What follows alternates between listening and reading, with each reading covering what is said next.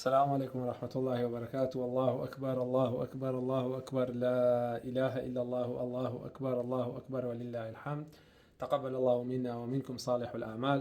جشنی ڕەمەزانی پیرۆز بێ لە مسلمانانی جیهان بەگشتی و مسلمانانی گەلی کورد بە تایبەتی، لە کەسوکاری شەهیدەکانمان، لە کەسوکاری گیراوەکانمان، لەو دایکە جەرگ سوتاوانە، لەو دایک و باوکانی کەوا هەتا ئێستاش چاوەڕوانن کەوا کوڕەکانیان ڕۆڵەکانیان ببیننەوە لەو خوشکە بەڕێزانە، لەو برا بەڕێزانە بە تایبەتی جەژنیان لێ پیرۆز بێ.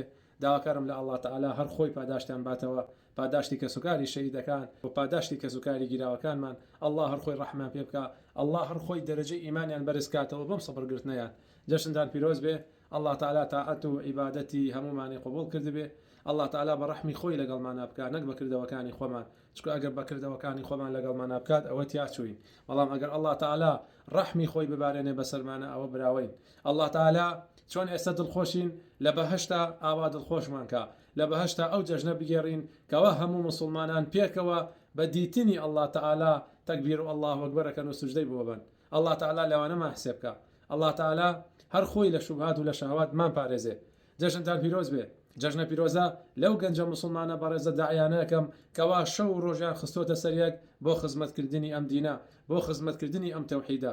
ئەڵڵا تەعالا زیاتر هیدایەتمان بە لەسەر تەوحید، ئەڵڵا تەعالا بەردەواممان کە، ئەڵڵا تەعالا عاقبەت خێرمان کە، ئەڵڵا تەعالا تاعەت و عیبادەتەکانی لێ قبوڵ کردبێتین یا ڕەبی. جێخۆیەتی برا بەڕێزەکانم، خوشکە بەڕێزەکانم، ئێمە كوا الله تعالى فرمي وما خلقت الجن والإنس إلا ليعبدون.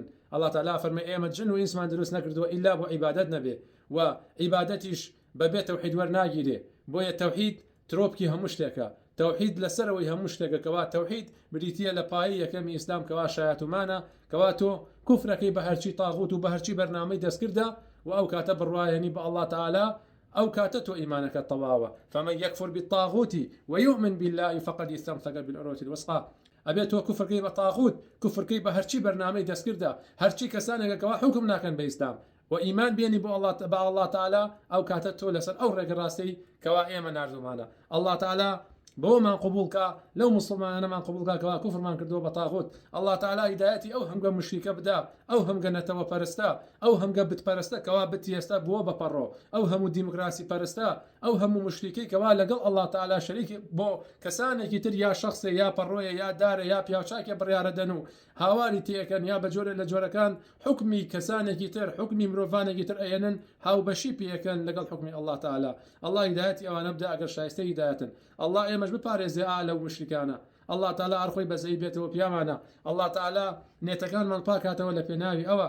الله تعالى بانكات أداتي قدري خوي بوسر خسني دينكي. يا أخوة هر خوش بخت بن، يا أخوة هر خوش حال بن، دو بارو دبارو صد بارو جشن پیروز به مبارك به لهمو مسلمانان جي خويتي اما امرو خوش حال بين، امرو جشن بگیرین، امرو خوشی بگیرین، ببوني اوا كثير روجا. الله تعالى اگر لێمان قبول کا بم هەموو کرچ و کاڵ و تەمەڵێشەوە هیچ نەبێ کەمێک عیبادەتمان کردووە، بەڵام چاوەڕین کەوا الله تعالى خۆی ڕەحم کا پێمان، بە ڕەحمی خۆی لێمان قبول کا، ئەگینا بەکردەوەی خۆمان کەسمان ناچینە باشتەوە.